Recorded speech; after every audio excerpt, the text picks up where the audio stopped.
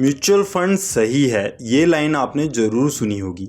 इस लाइन के साथ आपने एक और लाइन सुनी होगी, म्यूचुअल फंड निवेश बाजार जोखिमों के अधीन है। योजना से जुड़े सभी दस्तावेजों को ध्यान से पढ़ें। लेकिन असली सवाल ये है कि म्यूचुअल फंड आखिर होता क्या है। आज के इस वीडियो में हम जानेंगे कि म्यूचुअल फंड क्या होता है, म्यूचुअल फंड कैसे काम करता है, म्यूचुअल फंड कितने प्रकार के होते हैं, म्यूचुअल फंड के क्या फायदे हैं, एसआईपी और लमसम इन्वेस्टमेंट क्या होता है और इन दोनों में क्या ज्यादा अच्छा है, म्यूचुअल फंड में टैक्स कैसे और कितना लगता है, और आखिर में हम ये जानेंगे कि क्या म्यूचुअल फंड सेफ है। आज के इस वीडियो से म्यूचुअल फंड के ऊपर आपके सारे डाउट क्लियर होने वाले हैं। इस वीडियो को देखने के बाद आपको म्यूचुअल फंड के ऊपर कोई भी दूसरी वीडियो देखने की जरूरत नहीं पड़ेगी। चलिए सबसे पहले ये जानते हैं कि म्यूचुअल फंड क्या होता है। पिछले वीडियो में हमने पुष्पा के एग्जाम्पल से समझा था कि शेयर मार्केट क्या होता है। अगर आप अपने पैसे को शेयर मार्केट में लगाना चाहते हैं तो आपके पास शेयर मार्केट का अच्छा खासा नॉलेज भी होना चाहिए और रिसर्च करने के लिए टाइम भी होना चाहिए। बिना नॉलेज के शेयर मार्केट में पैसा लगाना जुए से कम नहीं है। क्या पता आप एक स्टूडेंट हो या कहीं जॉब करते हो या कोई बिजनेस करते हो, ऐसे में आपके पास टाइम भी नहीं है, न ही इतना नॉलेज है कि आप शेयर मार्केट के ऊपर रिसर्च कर सकें। लेकिन फिर भी आप कोई ऐसा तरीका ढूंढ रहे हैं जिसमें आपको 12 से 15% का ब्याज मिले और आपको ज्यादा मेहनत भी ना करनी पड़े। ऐसे में आपके पास म्यूचुअल फंड का ऑप्शन होता है। मान लो आपके पास एक कंपनी आती है और वो ये कहती है कि हमें शेयर मार्केट का बहुत अच्छा नॉलेज है, हमने पिछले 5 सालों में शेयर मार्केट से इतना पैसा कमाया है, आप अपना पैसा हमें दीजिए और हम आपका पैसा शेयर मार्केट में लगाएंगे और जो मुनाफा होगा वो आपको दे देंगे और इसके बदले में हम आपसे बहुत छोटा सा कमीशन लेंगे। इस स्कीम के फीचर सुनकर आपको ये स्कीम बहुत अच्छी लगी और आपने 10,000 रुपए इस कंपनी को दे दिए। आपके जैसे ही बहुत सारे लोगों ने शेयर मार्केट में लगाने को इस कंपनी को अपना पैसा दे दिया। कंपनी ने ऐसे ही बहुत सारे लोगों से पैसा लेकर करोड़ों का फंड बना लिया और इस फंड को मैनेज करने की जिम्मेदारी जिसे दी उसे कहा गया फंड मैनेजर। और आपने जिस स्कीम में पैसा डाला उसका नाम है म्यूचुअल फंड और जो कंपनी आपको ये स्कीम बेच रही है इसे कहते हैं एसेट मैनेजमेंट कंपनी या एएमसी। यही होता है म्यूचुअल फंड। अब जानते हैं कि म्यूचुअल फंड काम कैसे करता है, यानी जब आप म्यूचुअल फंड में पैसा लगाते हैं तो उसके बाद क्या होता है, कैसे आपका पैसा इन्वेस्ट होता है और आपको रिटर्न मिलता है। चलिए इसे बिल्कुल आसान भाषा में समझते हैं। जब आप म्यूचुअल फंड में पैसा लगाते हैं, चाहे वो एसआईपी हो या लमसम, वो पैसा सीधे जाता है एएमसी यानी एसेट मैनेजमेंट कंपनी के पास। इस एएमसी में एक एक्सपर्ट होता है जिसे कहते हैं फंड मैनेजर। यही फंड मैनेजर ये तय करता है कि आपका पैसा कहां और कैसे निवेश करना है। मान लीजिए 1000 लोगों ने 1000 करके एक म्यूचुअल फंड में पैसा लगाया तो कुल फंड बन गया 10 लाख रुपए। अब ये 10 लाख का फंड एक फंड मैनेजर के हाथ में है। अब ये फंड मैनेजर रिसर्च करेगा और उन कंपनीज को ढूंढेगा जिनका शेयर प्राइस बढ़ सकता है। उसके बाद फंड मैनेजर इन कंपनीज की एक लिस्ट बनाएगा और आपके पैसे को इन कंपनीज में इन्वेस्ट कर देगा। ये जरूरी नहीं कि वो हर कंपनी में बराबर पैसा इन्वेस्ट करेगा। जहां उसे ज्यादा ग्रोथ दिखेगी उसमें वो ज्यादा पैसा डालेगा और जहां ग्रोथ कम दिखेगी वहां पर पैसा कम डालेगा। अगर ये कंपनीज आगे आने वाले समय में अच्छा परफॉर्म करेंगी तो फंड की वैल्यू बढ़ेगी और आपको प्रॉफिट होगा। अगर कुछ कंपनीज का शेयर प्राइस नीचे जाएगा तब भी आपका सारा पैसा नहीं डूबेगा, क्योंकि पैसा कई जगह बटा हुआ है। इसे कहते हैं डाइवर्सिफिकेशन। मतलब ये एक फल की टोकरी की तरह है जिसमें फंड मैनेजर ने अलग अलग तरह के फल खरीद कर रखे हैं। वो ये रिसर्च करता है कि ऐसे कौन से फल हैं जो आगे जाकर महंगे में बिकेंगे और अभी सस्ते में मिल रहे हैं। वो इन्हीं रिसर्च किए हुए फलों को इन टोकरी में रखता है। कुछ समय बाद इनमें से कुछ फलों का भाव तो बहुत बढ़ जाता है और कुछ का भाव जितने में लिया था उतना ही रहता है और कुछ का भाव गिर भी जाता है। अब फंड मैनेजर ये देखेगा कि इनमें से ऐसा कौन सा फल है जिसका भाव आगे जाकर नहीं बढ़ेगा या गिरने लग जाएगा। वो इन फलों को इस टोकरी से निकालकर बेच देगा और दोबारा से उन फलों को इस टोकरी में रख लेगा जिसका भाव आगे जाकर बढ़ सकता है। ये प्रोसेस लगातार चलते रहती है। जब कोई रिसर्च करके अपना सारा पैसा किसी एक या दो शेयर में लगाता है और उसकी रिसर्च गलत हुई तो उसका सारा पैसा डूब भी सकता है। लेकिन म्यूचुअल फंड में रिसर्च करने के लिए एक पूरी टीम बैठी है जो अच्छे स्टॉक्स को ढूंढकर उसमें पैसा लगाती है और खराब शेयर को बेच देती है। अलग अलग कंपनी में डाइवर्सिफाई होने की वजह से आपका पैसा डूबता नहीं है। शेयर को खरीदने के लिए शेयर का प्राइस देखा जाता है। वैसे ही म्यूचुअल फंड में एनएवी होती है। आखिर ये एनएवी क्या है? एनएवी का पूरा नाम है नेट एसेट मार्केट वैल्यू, मतलब म्यूचुअल फंड की एक यूनिट की कीमत। जैसे शेयर बाजार में एक शेयर की कीमत होती है, वैसे ही म्यूचुअल फंड के एक यूनिट की कीमत को NAV कहा जाता है। म्यूचुअल फंड जिन चीजों में पैसा लगाता है, जैसे शेयर, बॉन्ड, अगर उनकी कीमत बढ़ती है तो NAV बढ़ती है, अगर उनकी कीमत घटती है तो NAV घट जाती है। हर बिजनेस डे के एंड में NAV निकाली जाती है, यानी मार्केट बंद होने के बाद। मान लीजिए जिस दिन आपने पैसा लगाया उस दिन फंड की NAV थी 10 रुपए, तो 1000 रुपए में आपको मिलेंगे 100 यूनिट। अगर कुछ समय बाद NAV बढ़कर 12 रुपए हो जाती है तो आपके 100 यूनिट की कीमत बन जाती है 1200 रुपए, यानी आपको हुआ 200 रुपए का फायदा। ध्यान देने वाली बात यह है कि कम NAV का मतलब ये नहीं है कि फंड सस्ता है, और ज्यादा NAV का मतलब ये नहीं है कि फंड महंगा है। असली देखने वाली चीज होती है कि फंड ने पिछले कुछ सालों में कितना रिटर्न दिया है। आपने NAV के प्राइस को नहीं देखना है, बस ये देखना है कि फंड ने पिछले 5-10 सालों में कैसा रिटर्न दिया है। मार्केट में म्यूचुअल फंड तो बहुत सारे हैं, लेकिन एक बिगिनर को किस म्यूचुअल फंड में पैसा लगाना चाहिए इसे हम आगे जानेंगे। उससे पहले ये जानना जरूरी है कि म्यूचुअल फंड कितने प्रकार के होते हैं। इतने सारे फंड हैं, कौन सा चुने। म्यूचुअल फंड को मेनली 4 हिस्सों में बांटा जाता है। पहला होता है इक्विटी म्यूचुअल फंड। अगर आप इक्विटी म्यूचुअल फंड में पैसा लगाते हैं तो आपके इस पैसे को आपका फंड मैनेजर सिर्फ शेयर मार्केट में ही लगाएगा। इस फंड में रिटर्न अच्छा मिल सकता है, लेकिन पैसा शेयर मार्केट में लगा है तो रिस्क भी थोड़ा ज्यादा हो जाता है। जैसे मान लीजिए आपने 1000 रुपए इक्विटी म्यूचुअल फंड में लगाए और बाजार अच्छा चला तो ये पैसा कुछ सालों में 2000 या 3000 भी बन सकता है, लेकिन अगर बाजार गिर गया तो आपका 1000 रुपया 800 रुपए भी हो सकता है। दूसरा होता है डेट म्यूचुअल फंड। ये फंड पैसा लगाते हैं गवर्नमेंट सिक्योरिटीज, बॉन्ड और फिक्स्ड इनकम इंस्ट्रूमेंट में। इसमें रिस्क भी कम होता है और साथ में रिटर्न भी लिमिटेड होता है। जैसे अगर आपने 1000 रुपए डेट फंड में लगाए तो आपको साल में FD के बराबर या उससे थोड़ा सा ज्यादा रिटर्न मिल सकता है। FD में आपका रिटर्न फिक्स होता है, लेकिन डेट म्यूचुअल फंड में रिटर्न फिक्स नहीं होता, ये रिटर्न FD के आसपास ही रहता है। तीसरा है हाइब्रिड म्यूचुअल फंड। इस फंड में आपका थोड़ा पैसा इक्विटी में लगता है और थोड़ा पैसा डेट में लगाया जाता है। हाइब्रिड फंड होने की वजह से आपके फंड मैनेजर को ये फ्रीडम होती है कि वो आपके पैसे को इक्विटी और डेट किसी में भी डाल सकता है। अगर उसे लगता है कि कुछ समय बाद मार्केट गिर सकती है तो आपके पैसे को इक्विटी से शिफ्ट करके डेट में डाल सकता है। क्योंकि आपका कुछ पैसा इक्विटी में लगा है और कुछ पैसा डेट में लगा है, तो जब मार्केट गिरती है तो आपको ज्यादा नुकसान नहीं होता है, और जब मार्केट बढ़ती है तो फायदा भी इक्विटी फंड से कम ही होता है। रिस्क की तरह इसमें रिटर्न भी बैलेंस होता है। फोर्थ टाइप के म्यूचुअल फंड है इंडेक्स फंड। ये फंड सीधा निफ्टी या सेंसेक्स जैसे इंडेक्स को फॉलो करते हैं। अगर आपने किसी निफ्टी इंडेक्स फंड में पैसा डाला है तो आपका फंड मैनेजर ये देखता है कि निफ्टी 50 में जो 50 कंपनी है उनमें से किस शेयर का क्या वेटेज है। उसी हिसाब से वो आपके पैसे को उन्हीं 50 कंपनीज में लगाता है और वेटेज भी वही रखता है जो निफ्टी में है। फंड मैनेजर इसमें एक्टिव नहीं होता, बस बाजार को कॉपी करता है। उसे रिसर्च करने में ज्यादा मेहनत नहीं करनी पड़ती। इसी वजह से इसमें एक्सपेंस रेशियो,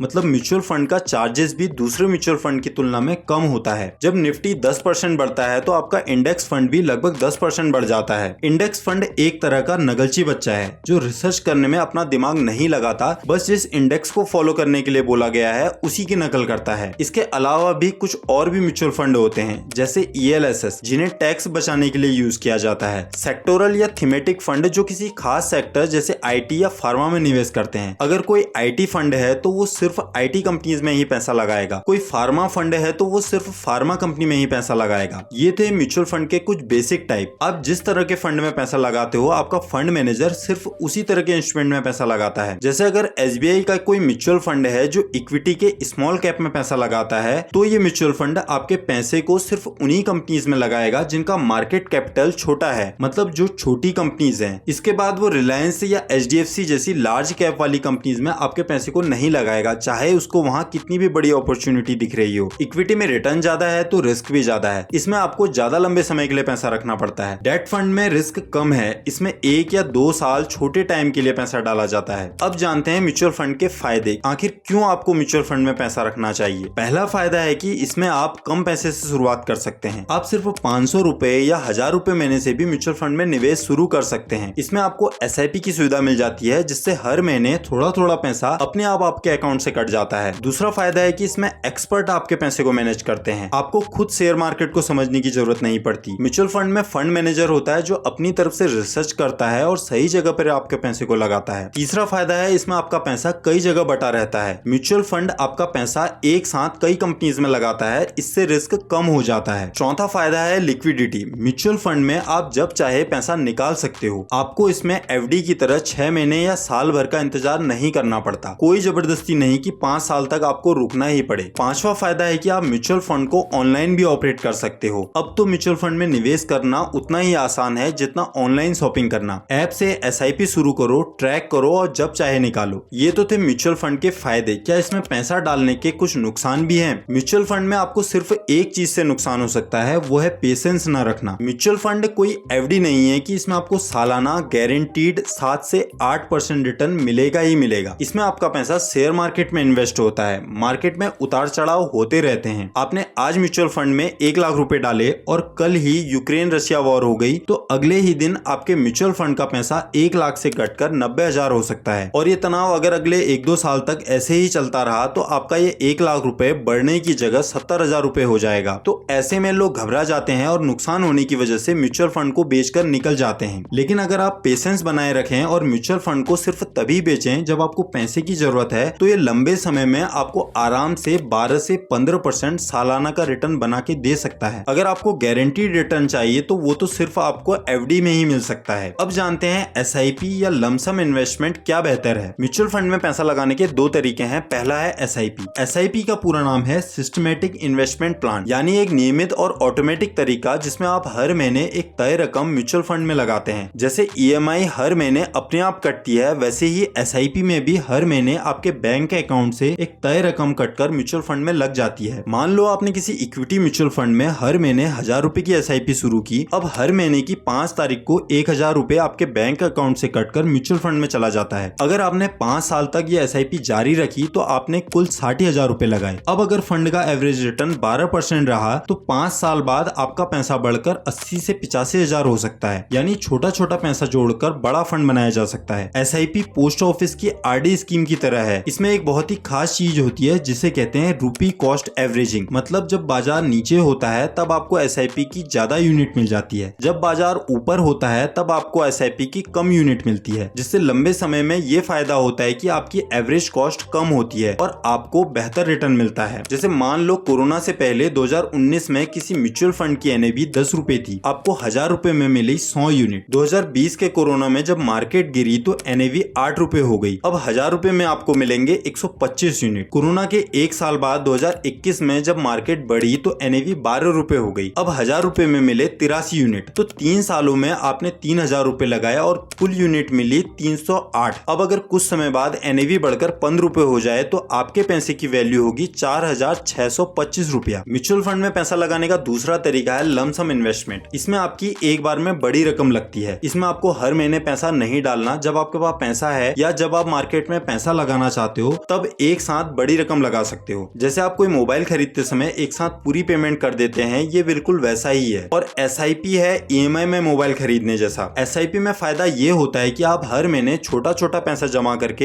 एक अच्छा अमाउंट बना सकते हो। किन लोगों को SIP करनी चाहिए? अगर आप नौकरी करते हैं या आपकी फिक्स्ड इनकम है, अगर आपके पास एक साथ बहुत पैसा नहीं है, अगर आप बाजार के उतार चढ़ाव से घबराते हैं, अगर आप मार्केट को रोज रोज नहीं देखना चाहते, अगर आपको मार्केट का ज्यादा कुछ आइडिया नहीं है, या अगर आप लॉन्ग टर्म की सोच रहे हैं तो SIP आपके लिए है। किन लोगों को लमसम इन्वेस्टमेंट करना चाहिए? अगर आपके पास बोनस या FD या सेविंग में एक बड़ी रकम है, आप मार्केट को थोड़ा बहुत समझते हैं, आप रिस्क लेने को तैयार हैं, अगर आपको मार्केट का आइडिया है और आपको लगता है कि बाजार अभी सस्ता है तो आप लमसम इन्वेस्टमेंट कर सकते हैं। अब जानते हैं कि म्यूचुअल फंड में कितना रिटर्न मिलता है। म्यूचुअल फंड कोई फिक्स डिपॉजिट नहीं है जहां पहले से पता हो कि 6 या 7% रिटर्न मिलेगा। ये बाजार से जुड़ा हुआ इन्वेस्टमेंट होता है तो रिटर्न ऊपर नीचे हो सकते हैं, लेकिन फिर भी पास्ट परफॉर्मेंस को देखकर ये अंदाजा जरूर लगा सकते हैं कि म्यूचुअल फंड आपको कितना रिटर्न देगा। म्यूचुअल फंड 3 बातों पर निर्भर करता है। पहला, किस प्रकार के फंड में निवेश किया गया है। इक्विटी फंड में आपको ज्यादा रिटर्न मिल जाता है, लगभग 10 से 15% तक, तो यहाँ पे रिस्क भी थोड़ा ज्यादा होता है। डेट फंड में रिटर्न कम होता है, लगभग 5 से 8% के आसपास, लेकिन ये सेफ भी रहता है। हाइब्रिड फंड मीडियम रिस्क होता है इसमें और रिटर्न भी आपको मीडियम ही मिलता है, लगभग 8 से 10% के आसपास। दूसरा, आपने कितने समय के लिए पैसा लगाया। लॉन्ग टर्म के लिए 5 साल या उससे ज्यादा में रिटर्न हमेशा अच्छा ही आता है। शॉर्ट टर्म में मार्केट का असर ज्यादा होता है, इसलिए शॉर्ट टर्म में रिटर्न कम भी हो सकता है। तीसरा, फंड कौन सा है और फंड मैनेजर कौन है। अच्छा ट्रैक रिकॉर्ड और अनुभवी फंड मैनेजर होने से परफॉर्मेंस बेहतर हो सकता है। म्यूचुअल फंड में निवेश करते समय हम सिर्फ रिटर्न पर ध्यान देते हैं, लेकिन कुछ छुपे हुए चार्जेस भी होते हैं जो आपके रिटर्न को स्लाइटली खा जाते हैं। हमें एक बार म्यूचुअल फंड में लगने वाले चार्जेस के बारे में जान लेते हैं। म्यूचुअल फंड में पैसा लगाने से पहले आपको म्यूचुअल फंड में लगने वाले चार्जेस के बारे में जान लेना चाहिए। पहला है एक्सपेंस रेशियो। ये वो फीस होती है जो फंड मैनेज करने के लिए फंड हाउस आपसे लेता है। आपके पैसे को ग्रो करने के लिए फंड हाउस को रिसर्च करनी पड़ती है। रिसर्च के लिए उसे अपनी टीम और स्टाफ को सैलरी भी देनी है, इसलिए फंड हाउस आपके पैसे को मैनेज करने के लिए आपसे एक्सपेंस रेशियो लेता है। दूसरा है एग्जिट लोड। जब आप अपने फंड से जल्दी पैसा निकालते हैं तो एक छोटी सी पेनल्टी ली जाती है, इसे एग्जिट लोड कहते हैं। इसके अलावा एसटीटी और स्टाम्प ड्यूटी भी लगती है जो कि बहुत ही कम होती है। एक्सपेंस रेशियो 0.1% से 2.5% तक होता है। एग्जिट लोड 0.5% से 1% तक होता है। कुछ फंड में तो ये 0 भी होता है। एसटीटी इक्विटी फंड बेचने पर 0.001% होती है। स्टाम्प ड्यूटी न्यू इन्वेस्टमेंट करते वक्त 0.005% होती है। एसटीटी और स्टाम्प ड्यूटी के चार्ज बहुत ही नॉमिनल होते हैं। अब हम जानते हैं कि क्या म्यूचुअल फंड में पैसा लगाना सेफ है। अगर फंड हाउस हमारा पैसा लेकर भाग जाए तो फिर क्या होगा। आखिर म्यूचुअल फंड में रिस्क कितना होता है। जब भी म्यूचुअल फंड का नाम आता है तो एक लाइन जरूर सुनाई देती है, म्यूचुअल फंड बाजार जोखिमों के अधीन है। अब सवाल ये उठता है कि ये जोखिम होता क्या है, कितना होता है और क्या इससे बचा जा सकता है। सबसे पहले जानते हैं कि रिस्क का मतलब क्या है। रिस्क मतलब आपके पैसे में उतार चढ़ाव आना। कभी आपका फंड बढ़ेगा तो कभी घटेगा। म्यूचुअल फंड शेयर बाजार से जुड़ा होता है, इसलिए यह बाजार की चाल पर निर्भर करता है। लेकिन जरूरी नहीं कि हर फंड में एक जैसा रिस्क हो। कुछ फंड ज्यादा रिस्की होते हैं और कुछ कम रिस्की होते हैं। रिस्क किस बात पर निर्भर करता है।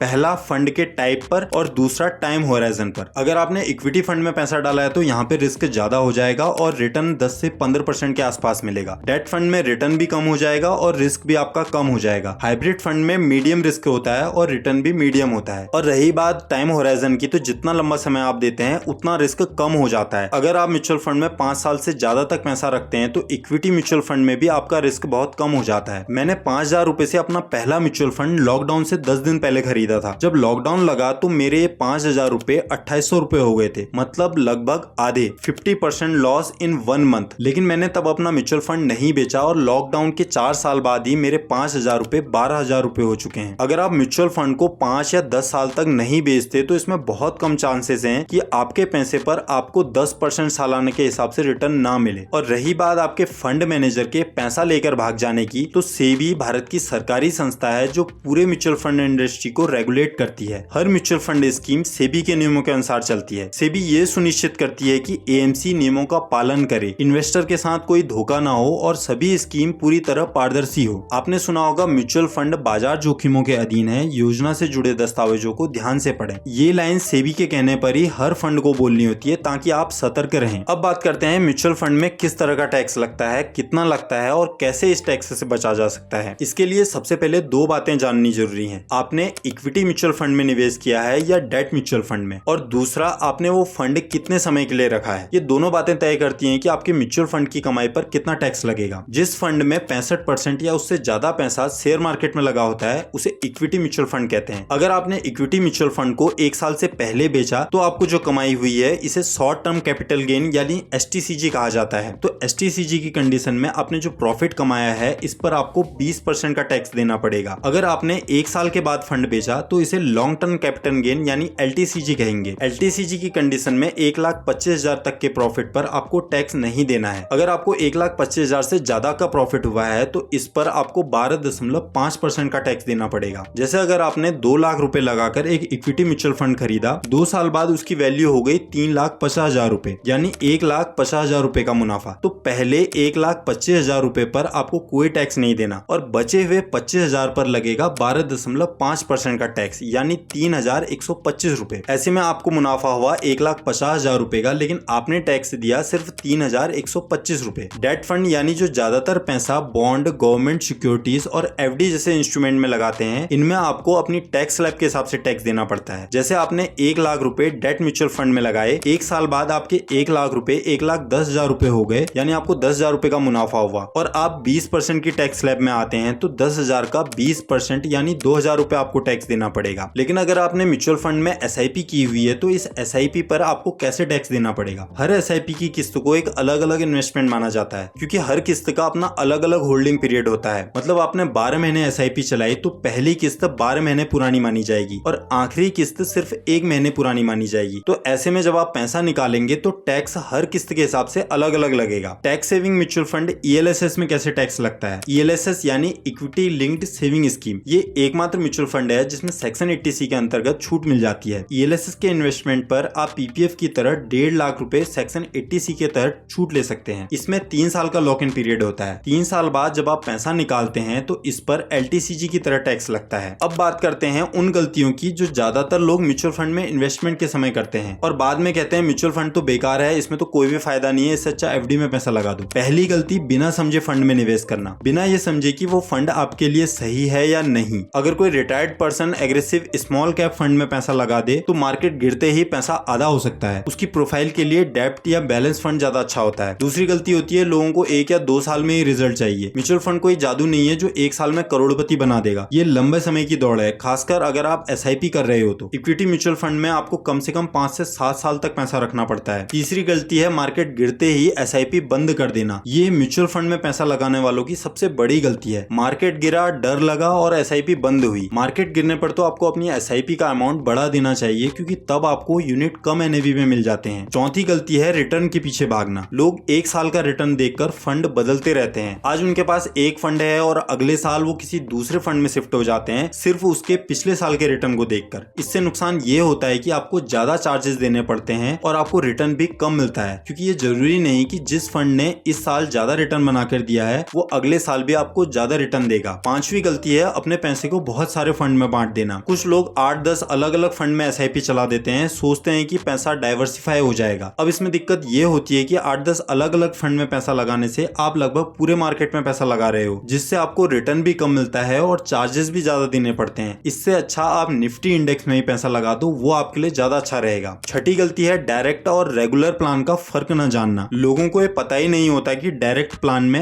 एक्सपेंस रेशियो कम होता है जिससे आपको ज्यादा रिटर्न मिल जाता है। लोग बिना जाने किसी बैंक या ब्रोकर से रेगुलर प्लान ले लेते हैं और सालों तक एक्स्ट्रा चार्ज बढ़ते रहते हैं जिससे उनका रिटर्न कम हो जाता है। सातवीं गलती है एग्जिट लोड, टैक्स और चार्जेस को न देखना। लोग बस रिटर्न देखते हैं लेकिन एक्सपेंस रेशियो, एग्जिट लोड और टैक्सेशन के बारे में उन्हें पता ही नहीं होता जिससे नेट रिटर्न काफी कम हो जाता है। अब आपको क्लियर हो गया होगा कि म्यूचुअल फंड कैसे काम करता है, लेकिन अगर आपको ये समझ नहीं आ रहा कि आपको कौन सा म्यूचुअल फंड लेना चाहिए, अगर आप म्यूचुअल फंड को और सिंपल रखना चाहते हैं तो आपको बिना सोचे समझे इंडेक्स फंड में अपना पैसा लगाना चाहिए। इंडेक्स फंड के ऊपर आप हमारी ये वीडियो देख सकते हैं। और अगर आपने शेयर मार्केट के ऊपर हमारी ये वीडियो नहीं देखी है जिसमें हमने पुष्पा की स्टोरी से शेयर मार्केट को बहुत अच्छे से समझाया है तो आपको ये वीडियो जरूर देखनी चाहिए।